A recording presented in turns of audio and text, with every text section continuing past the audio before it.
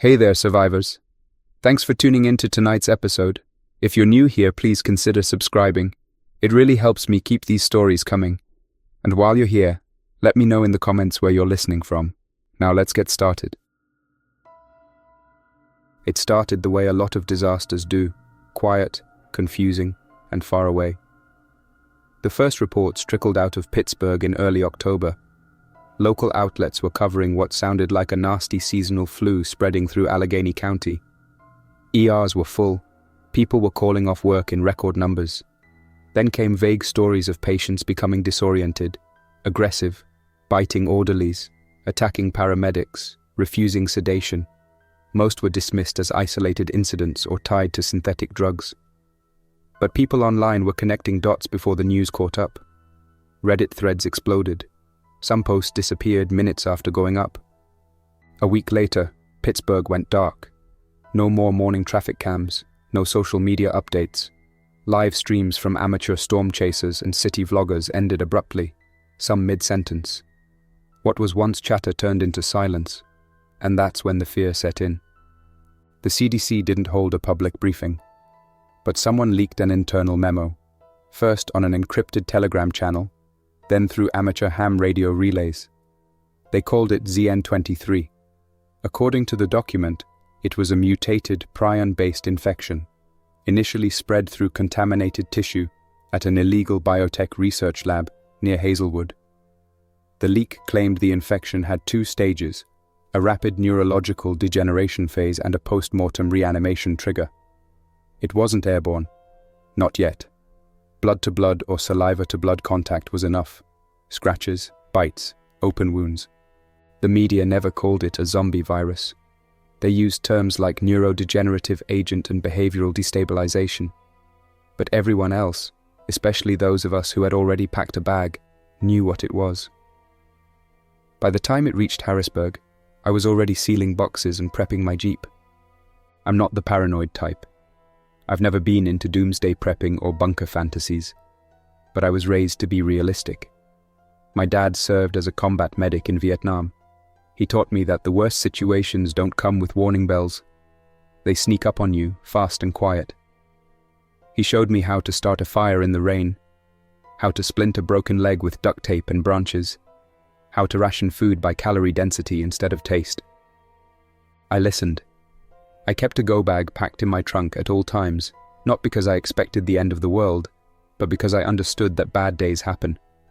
Mine included a Baofeng UV-5R handheld ham radio pre-programmed with local emergency and amateur frequencies, a Glock 19 Gen 4 with 3 15-round mags and a polymer holster, a Henry AR-7 survival rifle, 22 caliber, with 2 spare magazines and a mix of standard and subsonic rounds, all wrapped in oilcloth and sealed in a dry bag, Sawyer water filter system, 2 Nalgene bottles, iodine tablets, a ferro rod, compact solar charger, space blanket, fire starter cubes, paracord, multi-tool, map compass, and 2 MREs.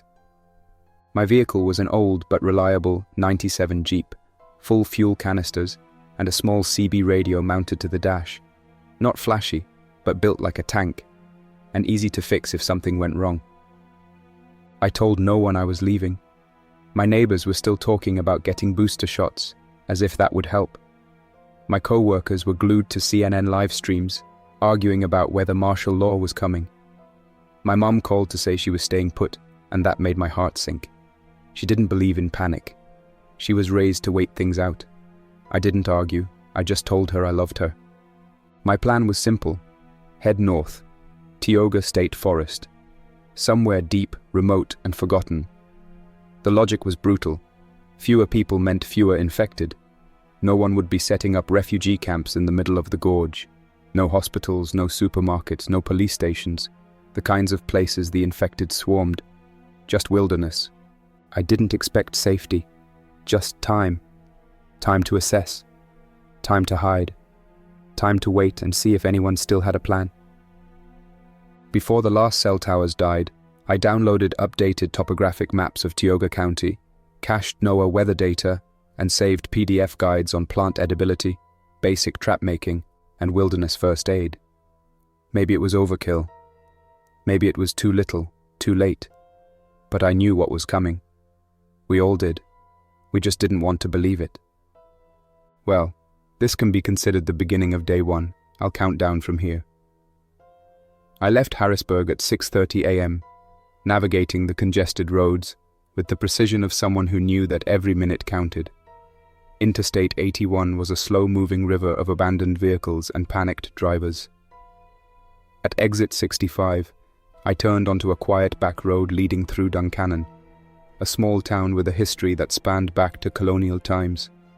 I passed through rural landscapes where fields met forests, and the old stone bridges of Pennsylvania's past bore silent witness to the unfolding disaster. The news had been grim. Hospitals were overwhelmed, police stations abandoned, and emergency services disrupted by the sheer scale of the outbreak. I could still recall the early broadcast from a local Pittsburgh station, a calm voice explaining that officials were investigating a virus causing severe neurological symptoms. By the time I reached the outskirts of Harrisburg, my phone buzzed with frantic texts from friends. No one knew what to expect, but it was clear that normalcy was gone. At a fuel station near Morris, I pulled up for a diesel fill-up. That's when I saw him, a lone figure, stumbling through the lot in a disjointed gait. He was a man in his 40s with a faded flannel shirt and dirty jeans. His movements were slow and irregular, and there was a vacant quality in his eyes that chilled me. The attendant's startled shout was quickly silenced by the man's sudden, jerky attack. I realized with a grim certainty that the infection was here, and that these were not mere robbers or madmen. I left the pump quickly, my thoughts already turning to survival. By dusk, I had reached the outskirts of Tioga County. The landscape was a stark contrast to the urban decay I'd left behind. Rolling hills, dense forests, and the distant murmur of streams replaced the honking horns and sirens. I set up a makeshift camp near Slate Run, a small tributary that trickled through the underbrush.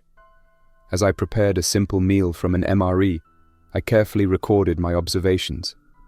The zombie virus was real, and its victims carried a hollow look that belied the ferocity with which they attacked. I documented every detail, knowing that these notes might one day serve as evidence of what transpired. Then came the dawn of my second day. I stowed my gear, double-checked my firearm, my trusty Glock 19, a 9mm semi-automatic, known for its reliability, and set off along a less-traveled logging road. I headed north toward Tioga State Forest, a region renowned for its rugged terrain and isolation. The trees, ancient and gnarled, provided an eerie welcome, as if nature itself mourned the loss of human order. My plan was to rely on natural cover and the knowledge gleaned from countless hikes in these parts. The Black Forest Trail offered the perfect route to avoid the main roads, where chaos might still linger. I kept my hand on the grip of my Glock at all times, not out of fear of the dark, but as a constant reminder of the danger lurking beyond every shadow. I encountered no vehicles, no human voices, only the rustling of leaves and distant calls of birds. Yet as I made my way through a particularly dense thicket near Hemlock Mountain, I began to sense that I was not as alone as I thought. There were signs, footprints in soft mud, disturbed patches of foliage, and the occasional inexplicable snapping of a twig far too deliberate to be an animal. I marked these observations in my journal, including coordinates taken with my handheld GPS. That afternoon, while crossing Slate Run again to refill my water supply using a Sawyer filter, I caught sight of something that made me stop in my tracks. Near the bank, half submerged in water, was a discarded military dog tag. The tag bore the initials CW and a serial number I later identified as belonging to a National Guard unit mobilized during previous civil disturbances. Was it possible that they had been caught up in this outbreak? I pocketed the tag, a grim memento of the collapse of order. Nightfall was unrelenting. I found a small clearing and erected a tarp shelter using paracord and a couple of sturdy branches. My only light was a battery-powered lantern, its weak beam barely penetrating the thick darkness. As I scribbled down the day's events, I noted the low murmur of what might have been distant voices. I could not tell if they were survivors or something else entirely, but the uncertainty weighed heavily on my thoughts. I turned in, though sleep was elusive with every unexplained sound echoing in the night. Day 3. I awoke to the landscape becoming strangely quiet. The normal chorus of forest sounds was subdued, as if the trees themselves were holding their breath. I continued along the lesser-used trails, following a path that wound near Little Slate Run. The crisp morning air carried a scent that was not entirely natural, an undercurrent of decay and something metallic, reminiscent of blood. As I made my way deeper into the forest, I encountered evidence of a struggle. An overturned campfire, remnants of discarded camping gear, and scattered food wrappers suggested that someone, or several people, had once sought refuge here. I collected these clues carefully, photographing the scene with my digital camera, a habit formed during many camping trips. The images would serve as both a record and a warning. The day passed with intermittent disturbances. I observed movements at the periphery of my vision, a rustle behind a thick cluster of ferns, a shape darting between trees. I never saw the full figure, a gaunt silhouette with disheveled hair, moving with an unnatural, jerky gait. My instincts told me that this was one of the infected, a zombie. I kept my distance, noting the behavior in my journal. The figure did not charge immediately, but it seemed to be stalking, almost curious in its uncoordinated motions. Late in the afternoon, I received a crackle of static over the Baofeng UV5R radio.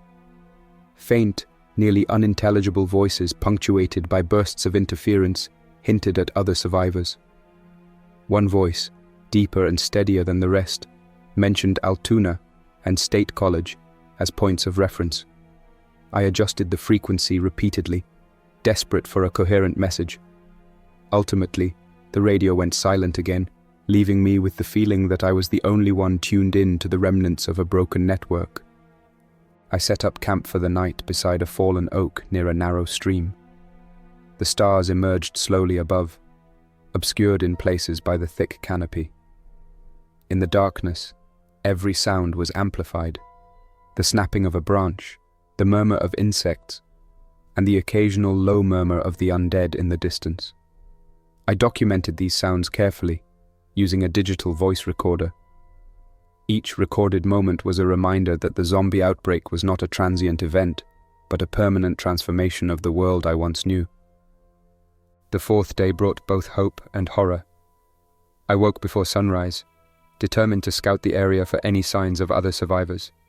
I headed east, following the contour of a gentle ridge along the Turkey Path, a narrow, winding trail that led deeper into the wilderness. As the morning light grew, I caught sight of movement in a clearing below. 2 figures, clearly human, were advancing cautiously. One of them carried a Remington 870 shotgun slung over his shoulder, while the other wielded a long, serrated machete. Their clothing was ragged, faces drawn and shadowed with exhaustion. I kept to the cover of dense underbrush as I observed them.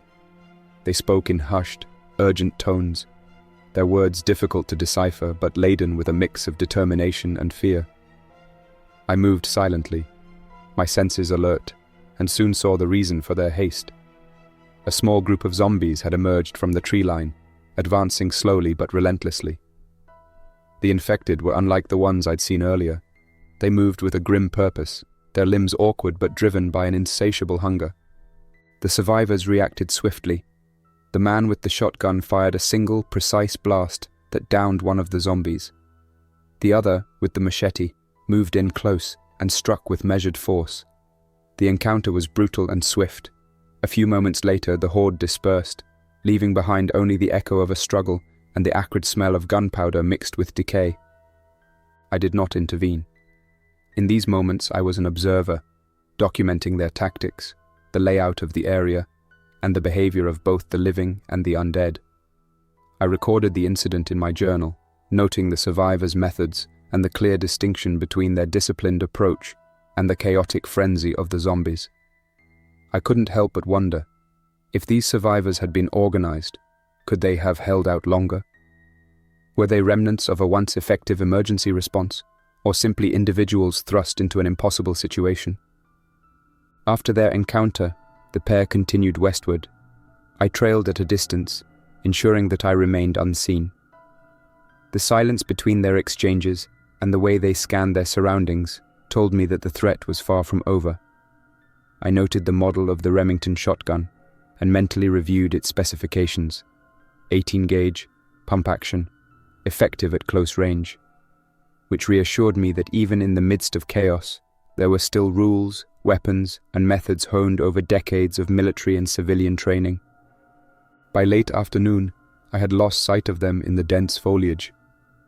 I found a safe clearing to set up camp for the night, well away from any open fields that might attract the attention of a wandering horde. That evening, as I recorded the day's events by the dim light of my battery-powered lantern, I reflected on the thin line between order and chaos. The remnants of society, scattered and desperate, were now engaged in a silent war against a zombie outbreak that showed no signs of abating. The fifth day began with ominous weather. Thick, rolling clouds gathered overhead, and by mid-morning, a torrential rain began to fall. I made my way down toward Colton Point, a rugged outcrop that once served as a popular lookout for hikers. The storm transformed the landscape into a wash of muted colors and indistinct shapes. The rain soaked my clothing and gear, and I was forced to secure my tarp more tightly against the wind. While navigating a narrow trail, slick with mud and loose gravel, I stumbled upon what appeared to be an abandoned campsite. The remnants of a tent, now reduced to shredded fabric and scattered poles, lay near a small fire pit. Empty cans and water bottles littered the ground, a grim testament to a previous group of survivors who had once sought refuge here. I meticulously examined the area, gathering any clues that might indicate what had transpired.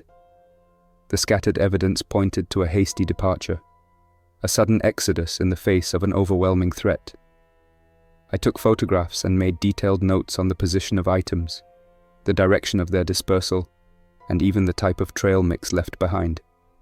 That night, I abandoned the ground-level camp for a higher vantage point.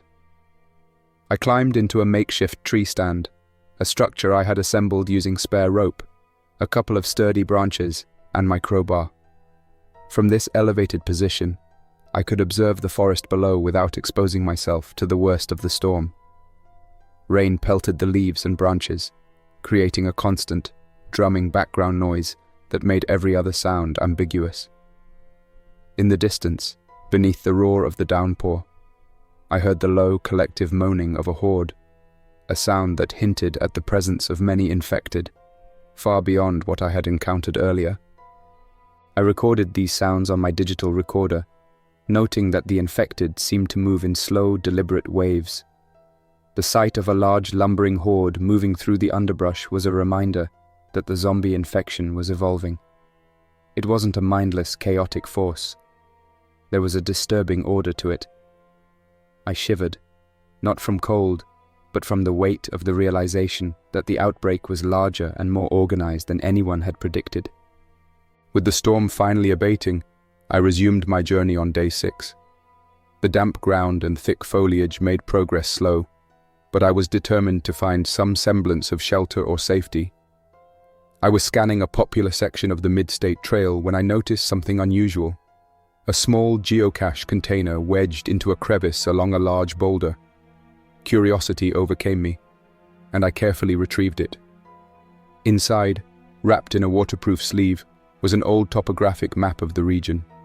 The map, yellowed with age, had handwritten notes in the margins.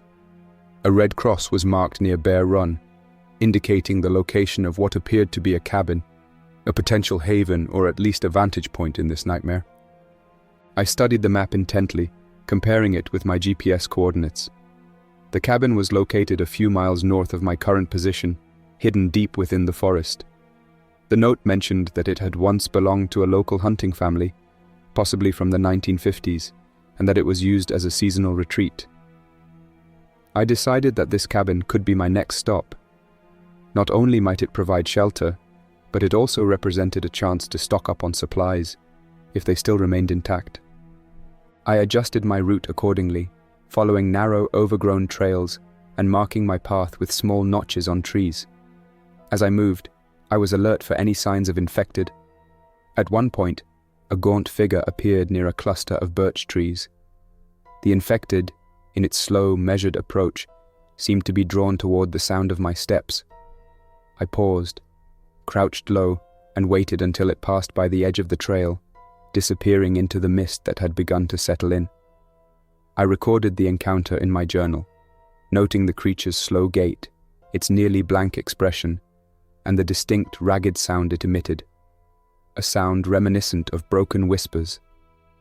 After several hours of cautious travel, I finally reached the location marked on the map. The cabin was tucked away in a narrow ravine, its weathered wooden exterior barely visible beneath a canopy of towering firs and pines.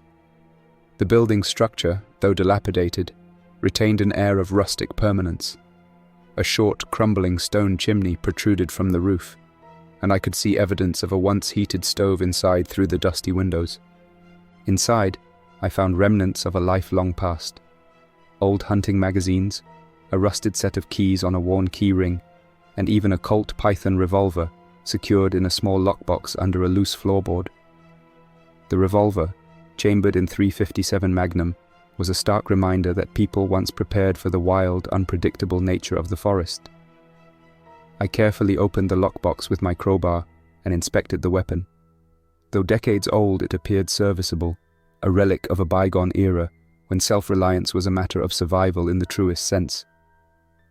I spent the better part of the afternoon clearing the cabin of debris.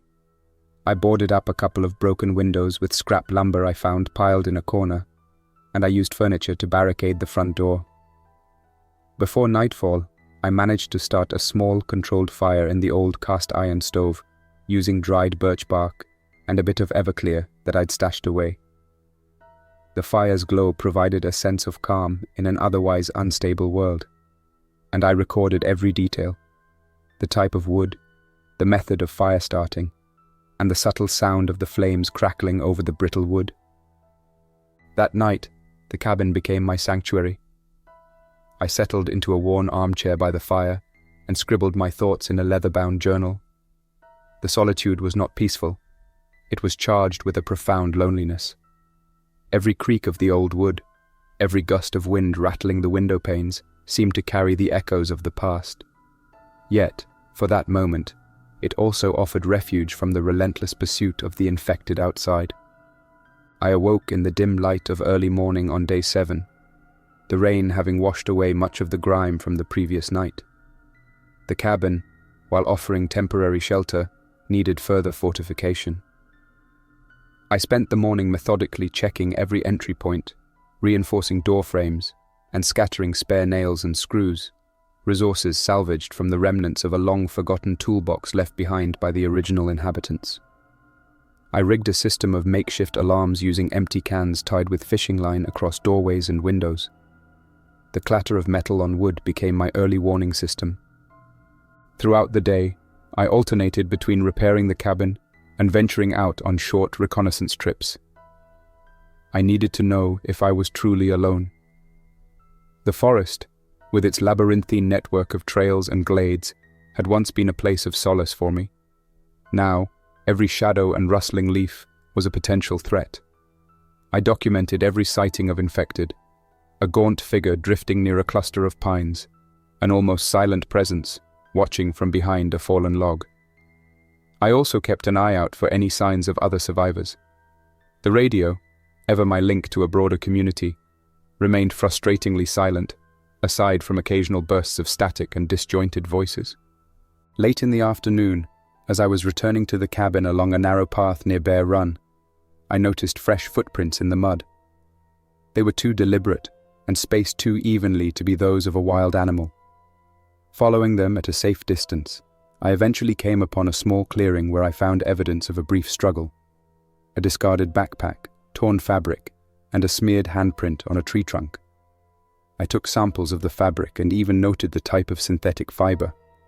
It resembled the uniforms worn by local park rangers in the early 2000s. Was this another victim of the outbreak?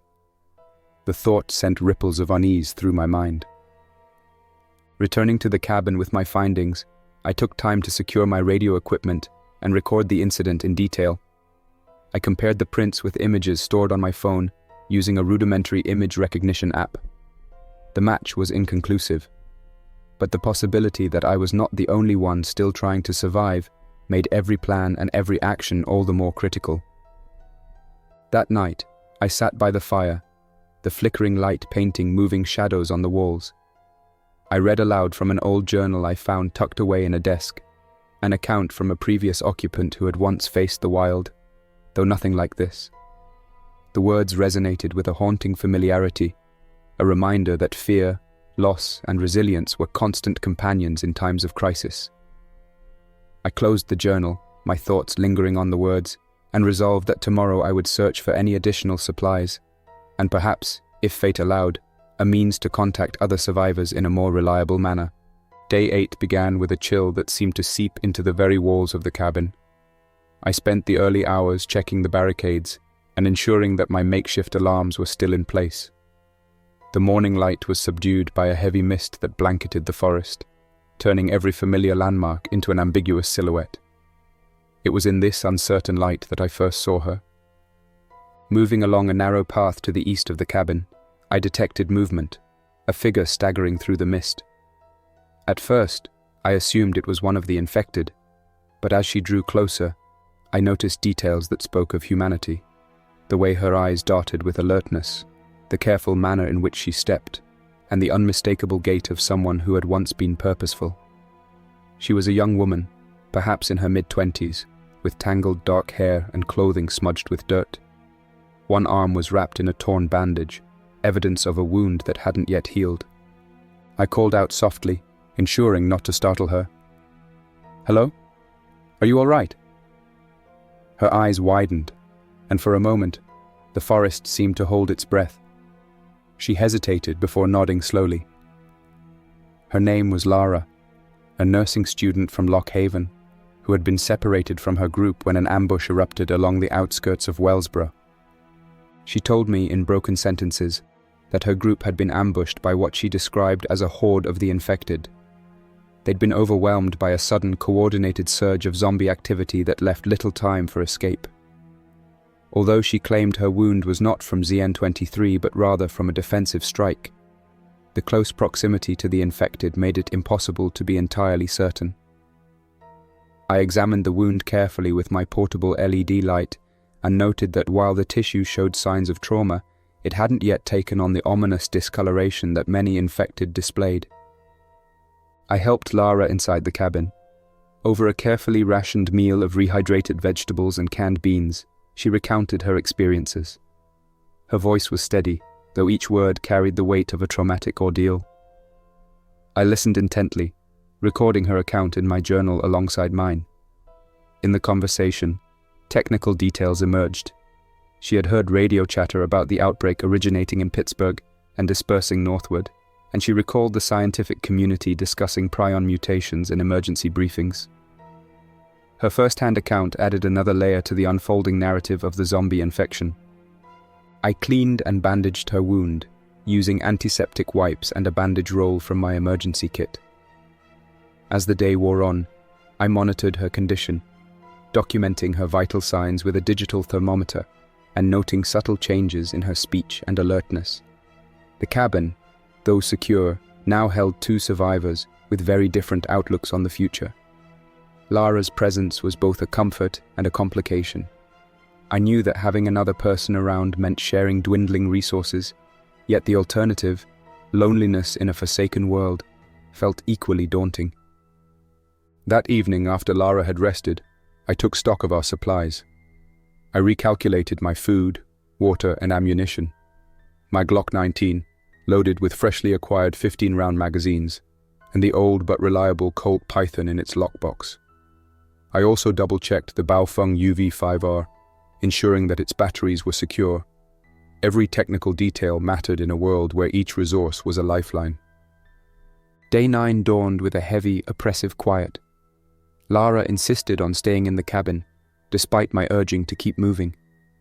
I knew that in these circumstances, prolonged close quarters with another survivor could either fortify one's resolve or sow seeds of distrust.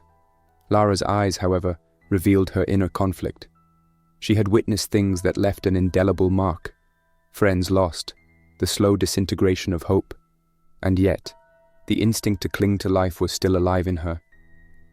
I spent most of the day on a reconnaissance mission.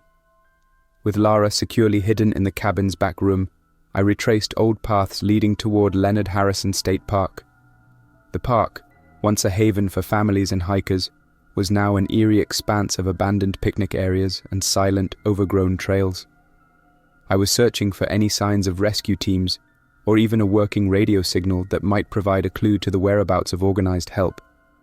Instead, I found discarded medical kits, remnants of emergency shelter supplies, and graffiti scrawled on a broken wall. No rescue, no hope. As I documented these findings, I encountered a small cluster of infected near a dilapidated rest stop. They moved with a lethargic, coordinated rhythm, a stark reminder that the zombie virus had rendered its victims almost mechanical in their persistence.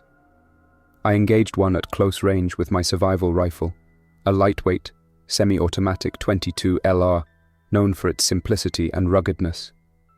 Each shot was deliberate, and though I took no pleasure in the act, it was necessary to preserve life. Returning to the cabin, I found Lara awake and waiting. She had overheard the faint echo of the skirmish. In a hushed conversation by the dim light of a battery lantern, we debated the ethics of our next move.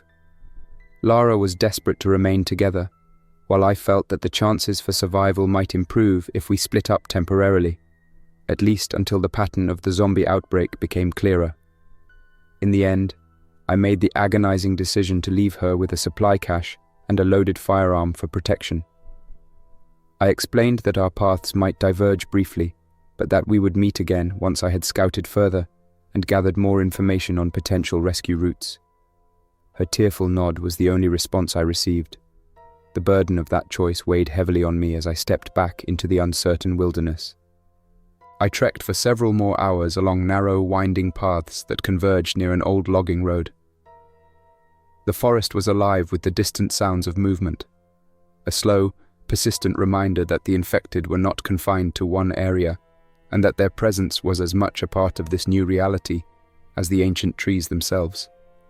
Today marks the 10th day of my journey, a period marked by isolation, harrowing encounters, and the constant tension of a world turned upside down. I haven't heard from Lara since our parting, and the silence is both a relief and a heavy weight on my conscience.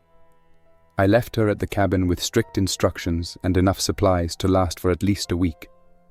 The plan was to rendezvous at a predetermined point near Leonard Harrison State Park, but uncertainty now loomed over that promise. My route on day 10 took me deeper into the wilderness. I navigated along rugged, unpaved roads that once served as Forest Service access routes. The landscape was both breathtaking and ominous, a vast expanse of towering pines and dense underbrush that concealed hidden dangers. Every step was measured and deliberate. I noted the subtle changes in the ecosystem, the quiet aftermath of a recent brushfire in a clearing near Loyalsock Creek, the way the soil retained moisture in deep gullies, and the faint, almost imperceptible tracks of large wildlife alongside the disturbing imprints of the infected. I kept my journal close, detailing every observation. I wrote about the specific coordinates where I encountered clusters of infected, the technical performance of my survival gear under harsh conditions, and even the calibration of my handheld GPS, a device that had proven invaluable. The battery readings, the signal strength in different parts of the forest, and the locations where cellular service had momentarily flickered back to life were all meticulously logged. I included notes on the specifications of my weapons, the Glock 19's 9mm rounds, the reliability of its striker-fired mechanism, and the simplicity of the Henry AR-7's design, a relic of post-war ingenuity that continued to function when more modern gear had failed. Mid-afternoon brought an unsettling discovery. While following a narrow trail adjacent to a small tributary of Pine Creek, I stumbled upon an abandoned service station near the old alignment of Route 287. The building, once a bustling hub for truckers and locals, was now eerily silent. Inside, dusty shelves held remnants of life as it once was: vending machine wrappers, faded flyers advertising local diners, and even an outdated newspaper with headlines about a local sports team's victory. Among these, I found a map pinned to the wall with bright red markings and annotations that seemed to indicate safe zones and potential evacuation routes. While the exact origin of this map was unknown, it aligned closely with the information I'd gathered from radio fragments and personal observations. I pocketed the map, hoping it might prove useful in reconstructing a network of survivors or identifying the location of a military safe haven. The setting sun painted the forest in deep, shifting hues of amber and green. As twilight fell, I found a secure overhang beneath a rock outcropping along the bank of Pine Creek. I set up my makeshift camp, arranging my gear and checking my weapons one final time. The environment was quiet, except for the gentle burble of the creek and the persistent, slow shuffling of something in the distance, likely a horde on the move. I recorded my final thoughts for day 10 in the journal, reflecting on the journey so far, the burden of choices made, and the constant uncertainty of rescue. I noted that despite every precaution, the zombie infection seemed to have its own logic, an eerie balance between chaos and order. Tonight, I sit here by the muted glow of my lantern, scribbling these final lines with the hope that someone, someday, might read this account. I do not know if rescue will come, but I will continue to document, to survive, and to honor the memory of those who lost everything. I leave behind not only my words, but a record of resilience in the face of an outbreak that transformed the world. A world where every sunrise was a victory, and every step taken in the shadow of the undead was a testament to human endurance. There is no rescue. There is only survival, and the quiet determination to keep moving forward, even when the darkness seems overwhelming. In the weeks that followed, I managed to reach a small outpost near Leonard Harrison State Park, a location that once hosted family picnics and nature walks. The area was now a ghostly reminder of a once thriving community, a patchwork of abandoned vehicles, overgrown lawns, and scattered remnants of personal belongings. I eventually reunited with a few other survivors, and together we formed a small band, dedicated not only to survival, but to recording our stories, so that the truth of this outbreak might be known. I often think back on those 10 days in the forest, the moments of stark terror, the silent beauty of the natural world, and the fleeting hope that every day might bring rescue. Every technical detail, every careful measurement, every note in my journal stands as a testament to the reality of what I witnessed. An infection that turned neighbors into zombies, a society that crumbled under the weight of fear, and a wilderness that both concealed and revealed the relentless march of the undead. The equipment I carried, my trusty Glock 19, the time-worn Henry AR-7, the indispensable Baofeng radio, became more than tools. They were lifelines that connected me to a past that now seemed so distant. The technical specifications of these devices, the methodical way I recorded every piece of data, and the careful planning that once defined my existence as a mechanical engineer, now served as the blueprint for my survival in a shattered world. I have come to understand that in a zombie outbreak, survival is not merely about brute strength or firepower. It is about knowledge, adaptation, and the careful balance between caution and bold action. As I continue to traverse this new reality, one where the infected roam in eerie, coordinated patterns and human compassion is tested at every turn, I hold on to the conviction that our stories, however grim, are worth telling. May this account serve as both a warning and a reminder that even in the midst of an apocalypse, when the world is overrun by the infected and every day is a struggle against inevitable decay, the human spirit endures. And as long as we can document our experiences, there remains hope that someday the truth will prevail and the memory of these 10 days will not be lost to the silence of the forest. That's all for now. Thanks for listening. If you enjoyed this story, don't forget to like and subscribe for more unsettling creepypastas. Your support keeps my channel alive. Until next time, stay quiet, stay vigilant, and trust nothing, not even the silence.